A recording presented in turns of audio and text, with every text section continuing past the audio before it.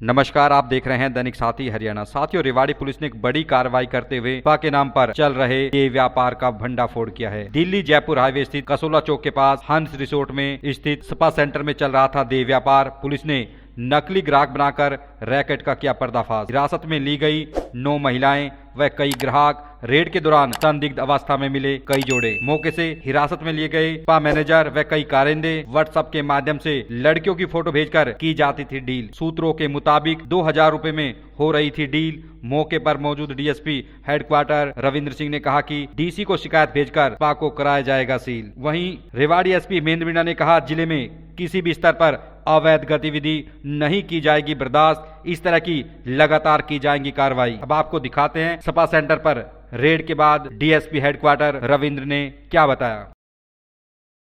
कहेंगे जिस तरह से आज हंस रिसोर्ट में आप पहुंचे, एक बड़ी कार्रवाई बताई जा रही है। देखिएगा, इमोरल ट्रैफिकिंग की काफ़ी लंबे समय से शिकायत हमारे पास आ रही थी, जो कि हमने अपने सोर्सेज लगाए हुए थे और माननीय पुलिस अधीक्षक रेवाड़ी द्वारा एक टीम का गठन पहले ही किया गया था कि जो भी इस तरह की सूचना मिले तुरंत और त्वरित कार्रवाई करें। तो गुप्त सूत्रों के अनुसार हमें यहाँ की एक शिकायत हमें प्राप्त हुई। शिकायत के बाद हमने इसको कंफर्म किया और यहाँ पे रेड करने के दौरान हमें लगभग 9 युवतियाँ जो कि हरियाणा के और हरियाणा से बाहर की हैं युवतियाँ, और उसके अलावा कुछ ग्राहक यहाँ पे मिले और मौके पे हमने जो यहाँ पे संचालक था उसको राउंड अप किया है और उसके साथ साथ जो यहाँ के और वर्कर थे उनको भी राउंड अप किया है। अभी पूरे के पूरे एक बार संक्षेप में एक बार इनकी पूछताछ जारी है और जैसे ही हालात आएंगे आपको अवगत कराएंगे। किस तरह से ट्रैप किया गया, बड़ी कार्रवाई की जाएगी और क्या कोई ग्राहक भेजा था, किस तरह से ट्रैप होगा? देखिएगा, जो बेसिकली हमारी मॉडस ऑपरेंडी थी ये थी कि गुप्त सूचना के आधार पे हमने एक अपना एक डाउट एक ग्राहक बनाकर यहाँ पे भेजा गया था। उसके द्वारा यहाँ पे बुकिंग करवाई गई। बुकिंग के दौरान उसको लड़कियाँ दिखाई गई थी। उसके बाद उसको सर्विस के लिए यहाँ पे बुलाया गया था।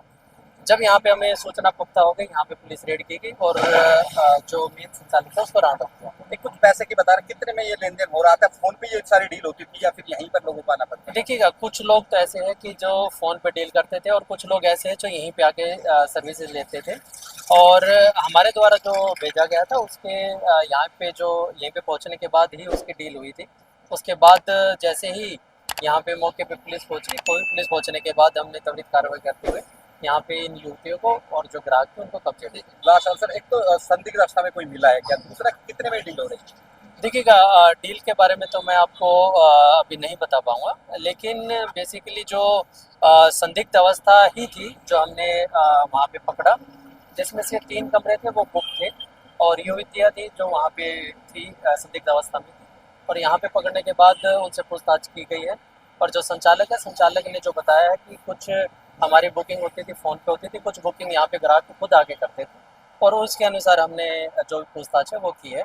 और मौके से मैंने जैसे आपको पहले बताया, संचालक को अरेस्ट किया है और जो मेन मालिक है उसको भी अरेस्ट किया जाएगा और उपायुक्त महोदय को चिट्ठी लिख के इसको सीज करवाया जाएगा। एक तो अभी जैसे आपने बताया कि ये मैनेजर है या फिर ओनर है जो यहाँ पर? ये मैनेजर है, ओनर अभी भागा हुआ है, फ़ोन स्विच ऑफ है, लेकिन उसके हमें सोर्सेज मिले हैं और उसको जल्दी अरेस्ट कर लिया। बाकी लोगों के लिए क्या मैसेज है कि लगातार पहले भी आपने इस तरह कार्रवाई, बड़ी कार्रवाई की? देखिएगा, मैं आपके माध्यम से पूरे रेवाड़ी वासियों को अपील करना चाहूँगा कि इस तरह की जो कुछ भी ऐसी सूचनाएं हैं वो तुरंत पुलिस को अवगत कराएं, क्योंकि किसी भी समाज के लिए ये एक हानिकारक विषय है।